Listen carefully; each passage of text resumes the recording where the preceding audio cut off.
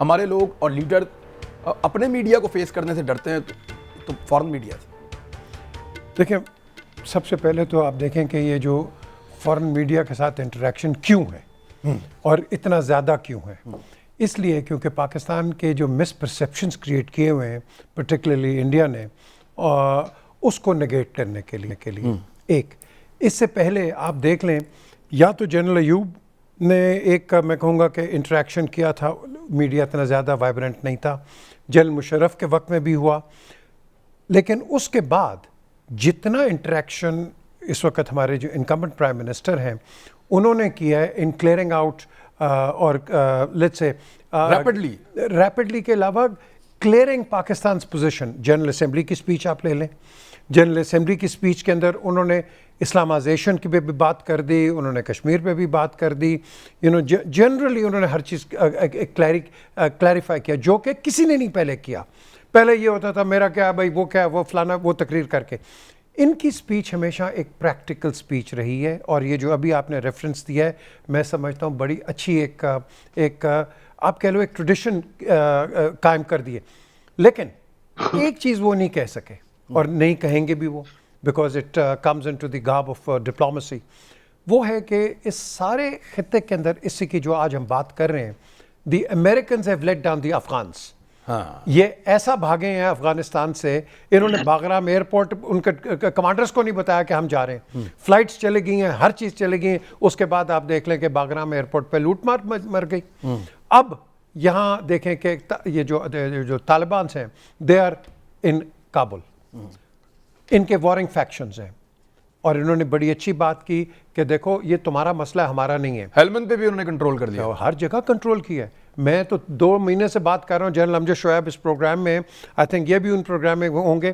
میں نے پہلے کہا تھا کہ اگر آپ اس کو ابھی کنٹرول پہ نہیں لے کے آؤ گے you will suffer the consequences and this is what is going to go on. ابھی ایک امیوننٹ ڈر جو ہے جس کو ہمارے پرائم منسٹر نے بھی کلیئر کیا ہے، ہم ایک civil war Afghanistan we cannot afford to see because یہ امریکنز نے وہی کیا ہے. اگر آپ کو یاد ہے کہ کنگریشنل کمیٹی کے سامنے ہلری کلنٹن نے کہا تھا، میں نے آج دوبارہ سنا، وہ یاد ہے نا، میں نے آج دوبارہ سنا وہ، یس، کہ یہ جو لوگ جن سے ہم لڑ رہے ہیں یہ وہی ہیں جن کو ہم نے ٹرین کیا تھا اور پھر ہم ایسے ہی چھوڑ کے آ گئے. اب آپ یہ دیکھو انہوں نے دوبارہ وہی چیز کی ہے. اب انہوں نے نہ تیتر ہے نہ بٹیر ہے، وہ کھڑے ہو کے your back two square one. اور میں آپ کو بتاؤں، میری جنرل ڈیوڈ رچرڈز جو کہ نیٹو کمانڈر ہیں، جنرل مشرف بھی تھے وہاں اس کے ISS کے ایک میٹنگ کے اندر، میں نے کہا general are you in favor of withdrawing? He says, well, I'm not in favor of withdrawing because they will recover, regroup and they will come out in strong force. اور یہی ہوا exactly. یہی آپ کے ساتھ سوات میں بھی ہوا، یاد ہے آپ کو، ری گروپ کر کے ہم نے کہا سیز فائر کرو، ری گروپ کر کے آگے.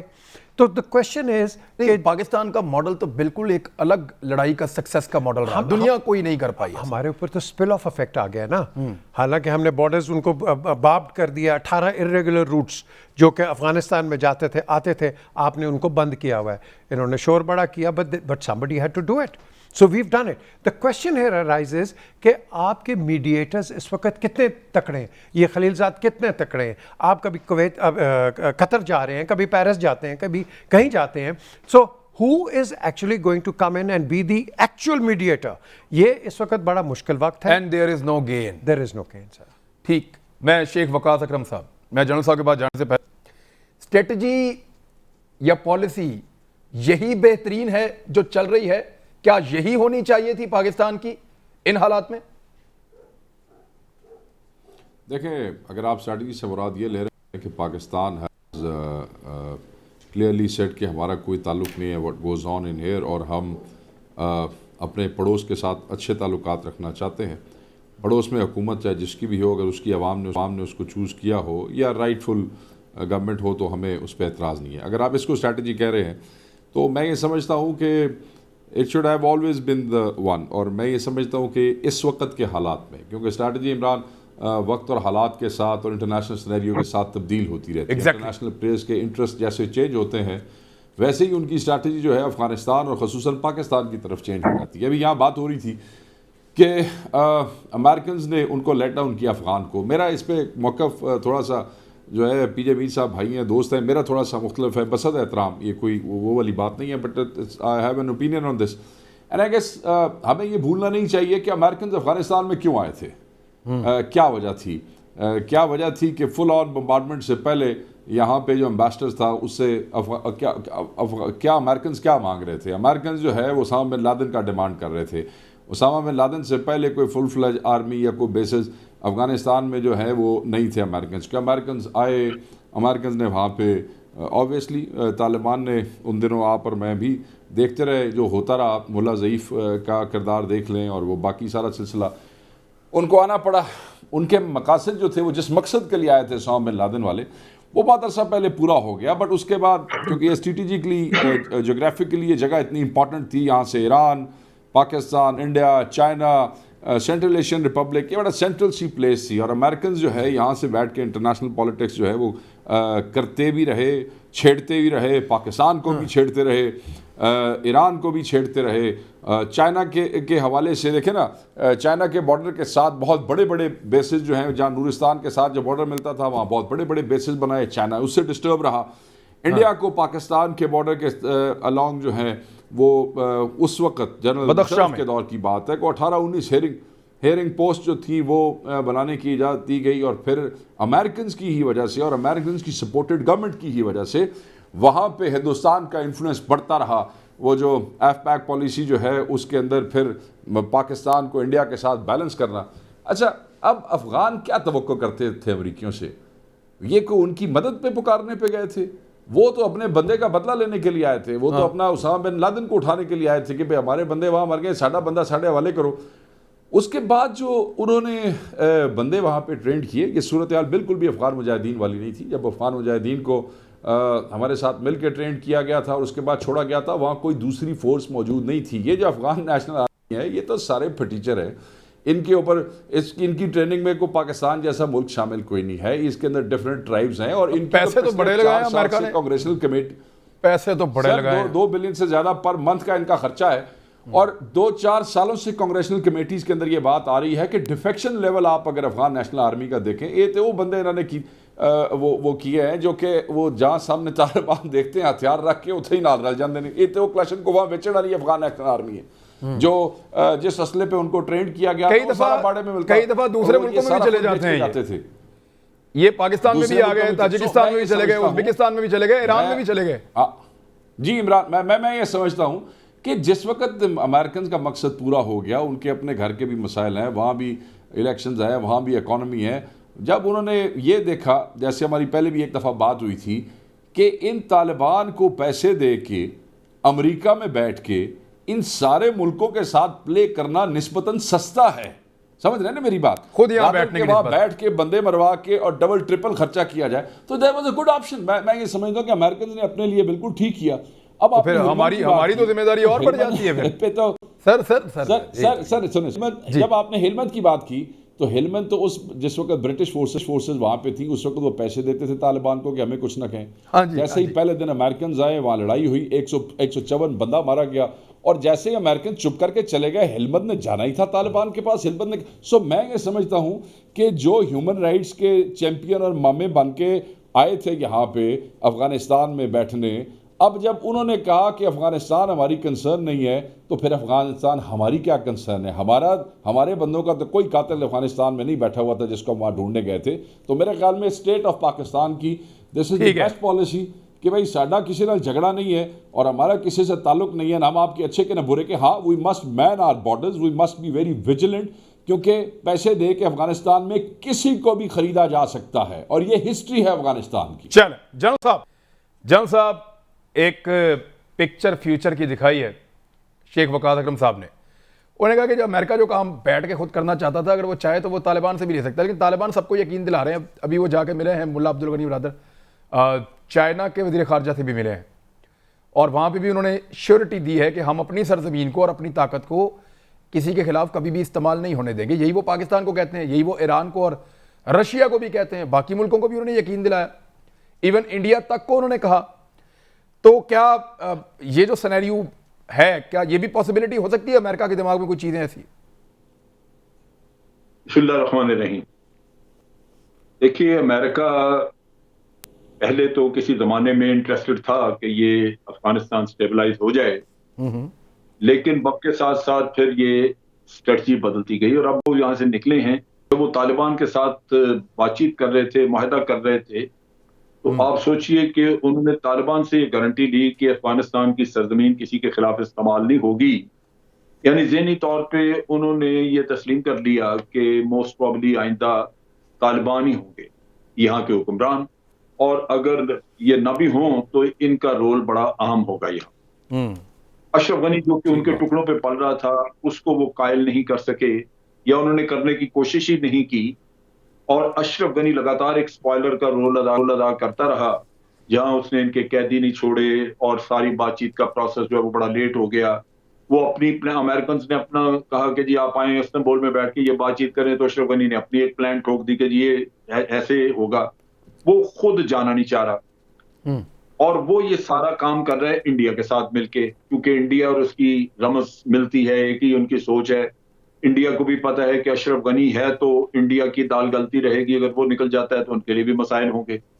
لہذا یہاں پہ کوئی ایسی پاسبلٹی نظر نہیں آتی اشرف غنی کے ہوتے ہوئے کہ وہ آپس میں کوئی بات چیت طے کر لیں, اور یہ امریکہ کو نظر آتا تھا. لہذا وہ سارا کچھ چھوڑ چھاڑ کے یوں نکلے, تو ایک پلان تھی کہ یہاں پہ اس جگہ کو ڈیسٹیبلائز ہی رکھنا ہے. اب ان کو کوئی انٹرسٹ نہیں ہے کہ افغانستان کو سٹیبلائز کیا جائے. جس طرح کا 2% کا جواب انہوں نے اشرف غنی کو دیا, جب اشرف غنی گئے وہاں پہ عبداللہ کو لے کے, اور بائیڈن نے کہا ہے کہ یہ اب ہمارا کام نہیں, یہ آپ کا کام ہے, جا کے آپ افغان آپس میں خود طے کریں. یعنی دوسرے لفظوں میں جاؤ لڑو مرو جو مرضی کرو.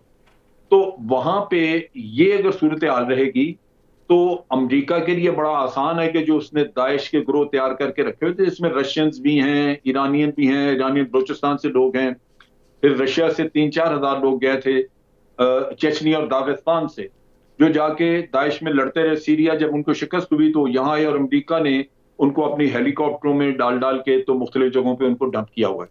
وہ ٹرین بھی کیے گئے ہیں, وہ اب انلیش ہوں گے. رشیا میں بھی پرابلم کریٹ کی جائے گی, چائنا والوں میں بھی, کیونکہ آپ ابھی یونائٹڈ نیشن UN کی جو رپورٹ انہوں نے دی ہے, جو سیکورٹی کونسل کو دی ہے کہ 2 دن پہلے, آپ اس کو اگر پڑھیں اور اس کی رپورٹ کا پہلی رپورٹر سے موازنہ کریں تو آپ کو پتہ لگے گا کہ دہشت گرد کے آج کو 12-14 دہشت گرد گروپوں کی وہ بات کر رہے ہیں کہ جی افغانستان میں یہ ہیں اور بڑے طاقتور ہیں. وہ پہلے کہاں تھے؟ پہلی رپورٹوں میں کیوں نہیں ان کا ذکر آیا؟ یہ اچانک ہو گئے ہیں کہیں سے؟ پہلے ان کو دبایا تھا, رکھا ہوا تھا امریکہ نے, اور انہوں نے اب بھارت اور امریکہ اور اشرف غنی یہ مل کے کام کر رہے ہیں.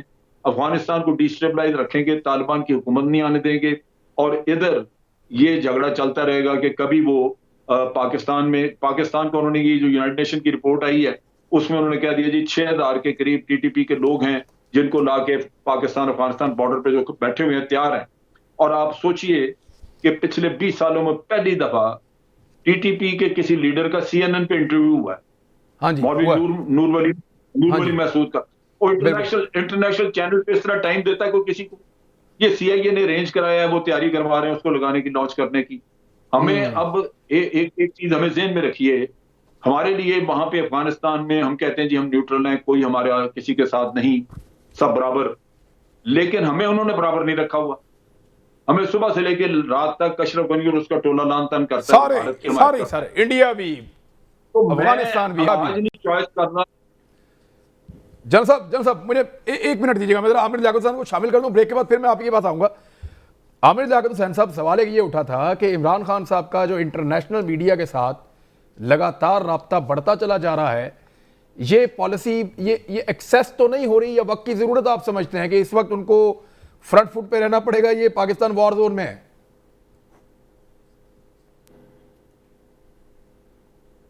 نہیں, پاکستان وار روم میں ہے, بالکل ہے, اور بہت تشویشناک صورتحال ہے.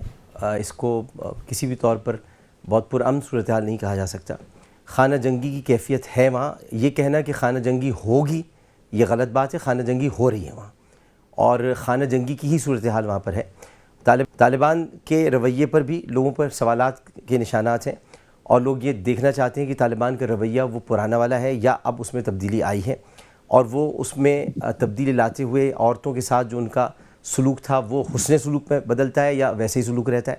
اور خان صاحب کے جو انٹرنیشنل انٹرویوز ہو رہے ہیں یا بین الاقوامی سطح پر جو وہ انٹرویوز دے رہے ہیں, وہ میں نہیں سمجھتا کہ وہ اس وقت کی ضرورت ہے. یہ میرا اپنا ایک ذاتی نظریہ ہے. اس کی وجہ یہ کہ وہ انٹرویوز بنیادی طور پر پچھلے انٹرویو کو صحیح ثابت کرنے یا غلط ثابت کرنے کے لیے تو ہو رہے ہیں, لیکن اس لیے نہیں ہو رہے کہ موقف کیا ہے. پاکستان کا بڑا ایک صاف اور واضح موقف ہے کہ اور پاکستان کسی بھی صورت میں کسی بھی ملک کے اندر مداخلت نہ چاہتا ہے, نہ اس نے کبھی کی ہے اور نہ وہ کرنا چاہتا ہے.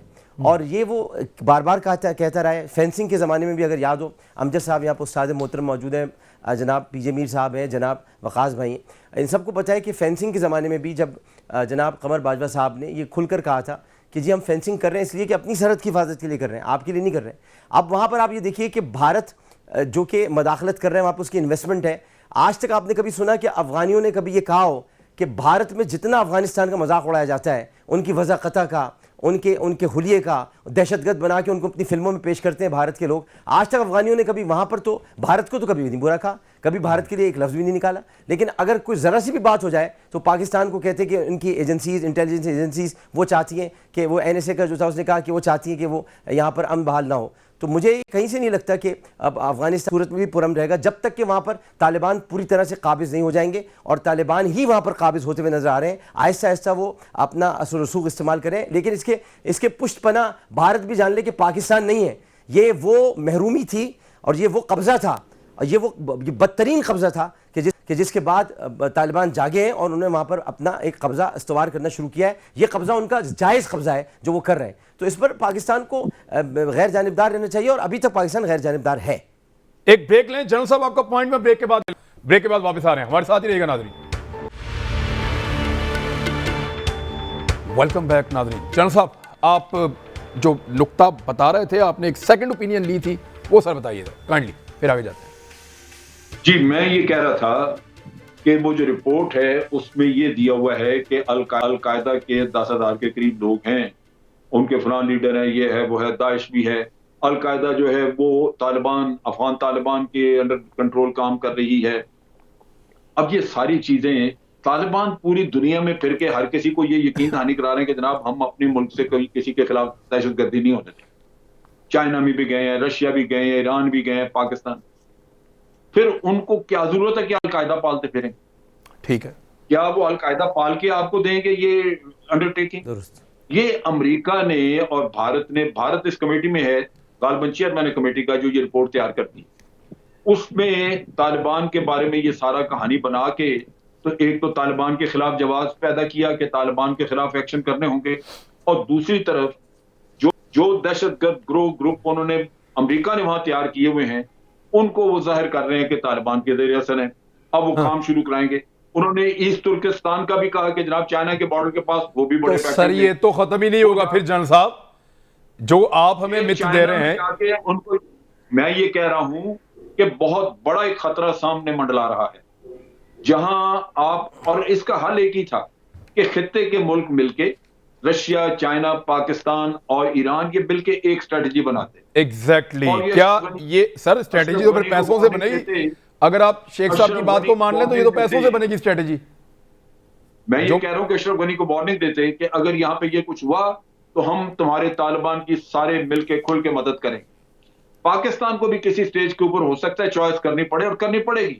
اس کی وجہ یہ ہے کہ جب اشرف غنی باز ہی نہیں آ رہا, انڈیا کو بھی فیسیلیٹیٹ کر رہا ہے, NDS کر رہی ہے, یہاں لگے ہوئے راؤ کے ساتھ مل کے پاکستان کے خلاف TTP کو تیار کر دیا ہے, تو اس کے ساتھ ساتھ اشرف غنی ہم سے توقع کرے کہ ہم نیوٹرل رہیں اور وہ ہمیں اکیلا مارتا رہے. یہ ایک سٹیج آئے گی کہ ہمیں پھر ان کو بتانا پڑے گا کہ ہم نیوٹرل نہیں ہیں بھائی, تم نیوٹرل نہیں ہو تو ہم بھی نہیں. بٹ ناٹ الون سر, یہ اس کے لیے تو آپ کو ایک بڑا, میں کہہ رہا ہوں کہ اس کا چونکہ سب کو خطرہ ہے, یہ ریجنل کنٹریز سارے مل کے کریں گے تو یہ بات بنے گی, ورنہ اکیلے کے لیے سب کے لیے مشکلات پیدا ہوں. شیخ صاحب ساروں نے خواب دیکھے ہوئے اس خطے کو لے کر, چائنا نے اپنا دیکھا ہوا, رشیا نے اپنا, پاکستان نے خواب کیا دیکھا ہوا, دوسروں کے خوابوں میں سے ہم اپنا حصہ نکال رہے ہیں. اب معاملہ یہ ہے کہ افغانستان کو لے کر سب کے خواب ٹوٹ جاتے ہیں, پھر کم سے کم آپ کو امریکہ سے بڑی انویسٹمنٹ کرنی پڑے گی اگر آپ کو واقعی بچنا ہے تو, اور خواب بچانے ہیں تو.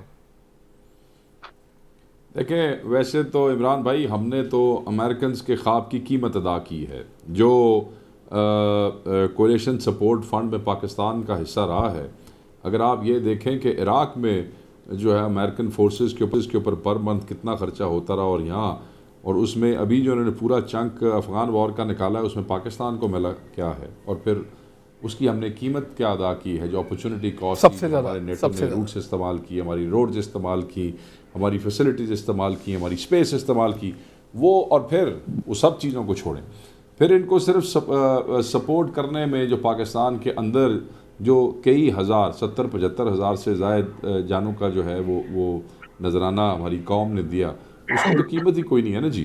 تو پاکستان نے تو بیسیکلی امریکہ کے خواب کی قیمت ادا کی ہے، ہمارا تو اپنا کوئی خواب نہیں تھا، ہمارا تو صرف ایک ہی خواب تھا کہ ہمارے جو بیک یارڈ میں امن رہے، تاکہ پاکستان کے لیے بھی ایک امن کا پیغام ہو یہاں پہ کوئی، ورنہ دیکھیں نا جب پاکستان بنا تو افغانیوں نے ساڈا کیڑی چنگی کی سی، افغانی تو ہمیں اس وقت بھی نہیں تھے مانتے، Afghanistan was one of the countries جو انہوں نے ہمیں قبول کرنے سے انکار کر دیا بالکل ٹھیک ہے۔ یہ تو پھر نہیں لیکن شیخ صاحب آپ کا نقطہ بڑا امپورٹنٹ تھا، میں وہیں پہ آپ کو لے کر آ رہا ہوں۔ کوئکلی مجھے یہ بتا دیں کہ اب اسٹریٹجی تو امریکہ کی آپ کو آئیڈیا ہے کہ جو کام وہ خود کرنا چاہ رہا تھا ہو سکتا ہے وہ کل کو طالبان سے لے لے، لیکن کیا انہی طالبان کے اوپر اگر لوکلز انویسٹ کرتے ہیں یہاں کے ریجنل کنٹریز تو وہ امریکہ کی گیم کو الٹا بھی کر سکتے ہیں، یہ آپشن تو رہیں گے؟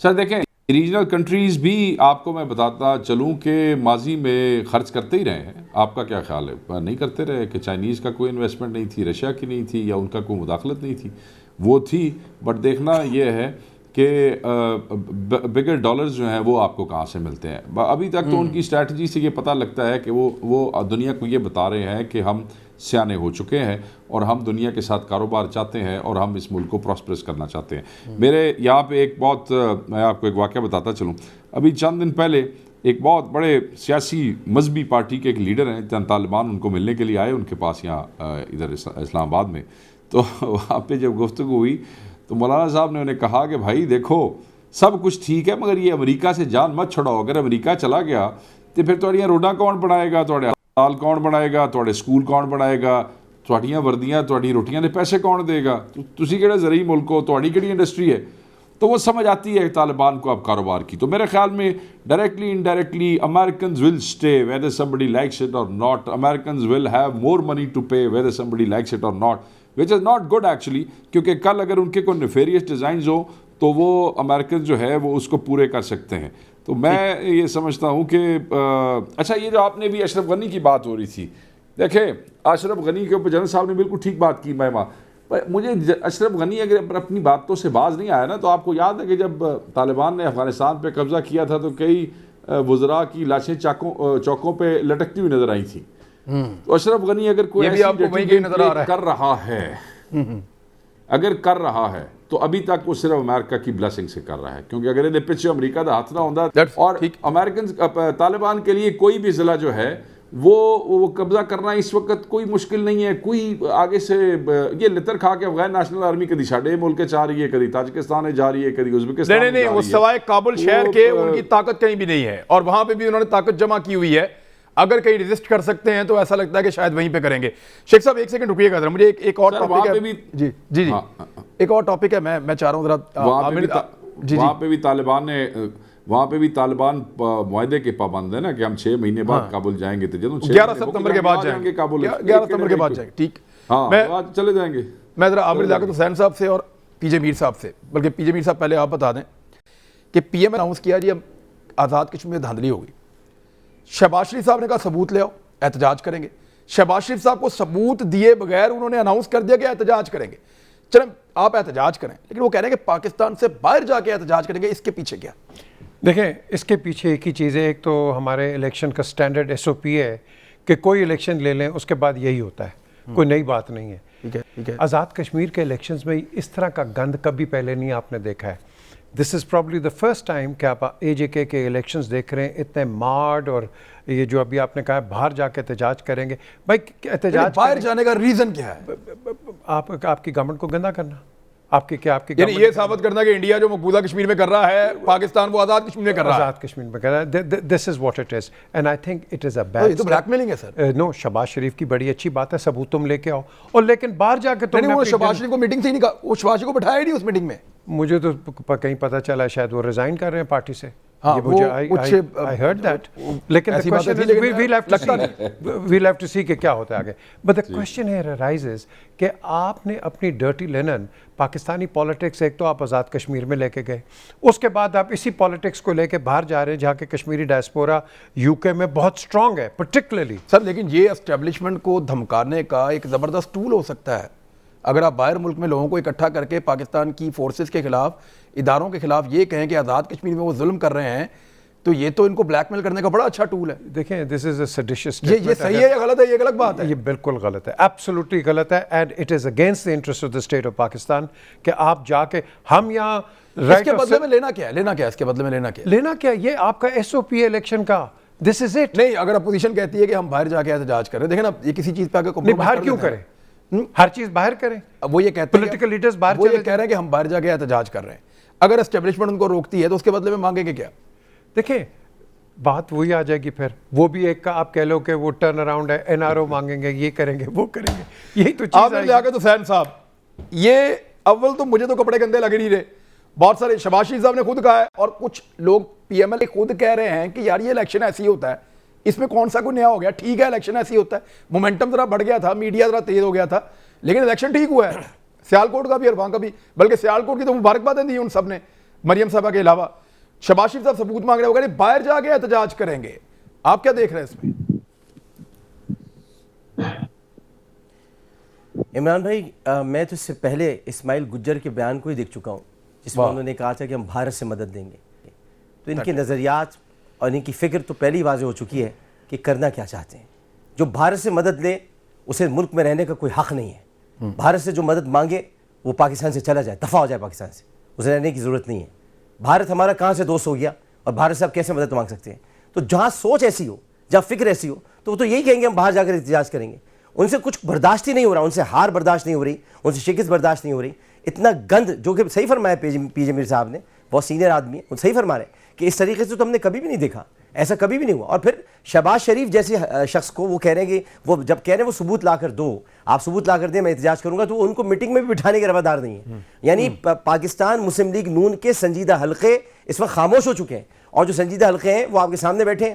یعنی وقاص اکرم صاحب وہ سنجیدہ آدمی ہے، پوچھ لیجیے ان سے ان کا دل کیا کہتا ہے. کیا وہ بھی یہی بات کہتے ہیں؟ وہ کبھی نہیں کہیں گے یہ بات. وقاص اکرم ایک سچا پاکستانی ہے، وہ کبھی یہ بات نہیں کہے گا کہ میں بھارت سے مدد مانگوں گا. عامر لیاقت کبھی یہ بات نہیں کہے گا بھارت سے مدد مانگوں گا. میں بھارت سے مدد مانگوں تو میں مر جاؤں، میں ڈوب کے مر جاؤں کہ میں بھارت سے مدد مانگوں. لعنت ہے میری زندگی پر کہ میں اپنے ملک سے مدد مانگوں گا، میں اپنے ملک کے الیکشن کمیشن سے مدد مانگوں گا، میں سپریم کورٹ سے مدد مانگوں گا، میں عدالتوں میں جاؤں گا. میں بھارت سے کہیں کو مدد مانگوں گا؟ بھارت سے مدد مانگے گا جس کا بیانیہ یہ ہو وہ ملک سے باہر جا کر احتجاج کرے گا، تو اس کا مطلب یہ وہ ملک کے خلاف احتجاج کرنا چاہ رہا ہے، پاکستان کے خلاف احتجاج کرنا چاہ رہا ہے. جی شیخ صاحب اس پہ آپ روشنی ڈال دیں ذرا تھوڑی. ہے باہر جا کے احتجاج کرنا مجھے جو سمجھ آ رہی ہے نا، وہ ریاست پاکستان کو ایسا لگتا ہے کہ ایک ایسی پوزیشن میں لانا کہ وہ پوچھے کہ دسو کی چاہیے اے نہ کرنا. پہلی بات تو یہ ہے کہ وہ جو اسماعیل گجر کے بیان والی بات ہے اس کو تو جتنا بھی کنڈیم کیا جائے، اپنی ایک پیٹی سی ڈیفیٹ جو ہے اس کو لے کے اتنی بیہودہ بات کر دینا اس کا وہ کو مناسب نہیں ہے. نمبر ایک. نمبر دو، باہر جانے کا ایک ہی جا کے احتجاج کرنے کا ایک ہی مقصد ہوتا ہے عمران، اور وہ یہ ہوتا ہے کہ پاکستانی اسٹیبلشمنٹ کو اور اسٹیٹ کو کسی طریقے سے پریشرائز کیا جائے.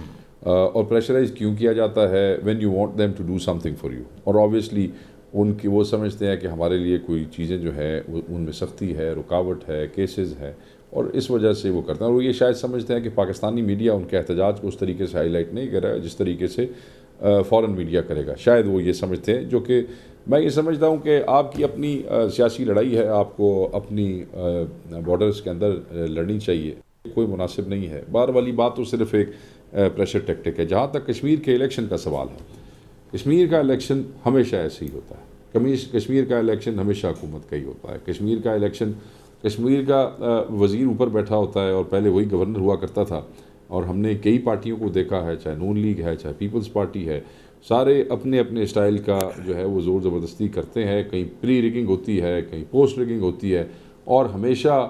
اور وہاں کشمیر کے لوگ بھی دیکھیں نا، ان کو پتہ ہوتا ہے کہ فنڈ بھی انہیں سے لینے ہیں، ان کو پتہ ہوتا ہے کہ ٹرانسفر پوسٹنگ بھی یہیں سے آنی ہے، مال پانی بھی یہیں سے آنا ہے.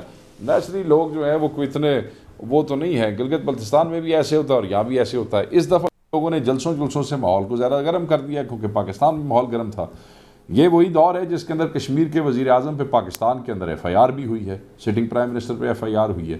تو میں یہ سمجھتا ہوں کہ دونوں پارٹیوں کے لیے یہ مناسب نہیں ہے کہ اپنی اندر کی لڑائی کا تماشا جو ہے وہ باہر جا کے دکھائیں، اور باہر جا کے آپ پاکستانی قوم کے لیے کوئی اچھا نہیں کریں گے. ہاں اگر آپ حکومت کو گندا کرنا چاہتے ہیں تو پاکستان میں بہت ساری چیزیں ان کو گندا کرنے کے لیے، وہ ان کی پرفارمنس کے اوپر بہت سے سوالیہ نشان ہیں. یہ تماشا باہر جا کے کرنے کی ضرورت نہیں ہے. الیکشن ایسے ہی ہوتا ہے، یہ الیکشن حکومت کا ہی ہوتا ہے، اسٹیبلشمنٹ کا ہی ہوتا ہے کشمیر کا. اور یہ بھی آپ کو بتا دوں کہ کشمیر کے الیکشن کی جیت کا پاکستان کے الیکشن کی جیت پہ کوئی اثر نہیں ہوتا. ایک بریک لے لیتے ہیں میرے خیال میں، یہاں پہ واپس آتے ہیں. یہی چیز جنرل صاحب کے آگے رکھیں گے اور پھر دیگر چیزوں پہ بات کرتے ہیں. ہمارے ساتھ ہی رہیے گا. اتنا ہونا نہیں چاہیے. لیکن پی ایم ایل این میں جو لگاتار چیز ہو رہی ہے اور پبلک میں جو ان کو بڑا ڈیمیج کر رہی ہے اور کرے گی، ابھی سیالکوٹ کا الیکشن ہوا، آپ دیکھیں گے کہ اور مزید الیکشن ہوئے تو ان کو مسئلہ آئے گا.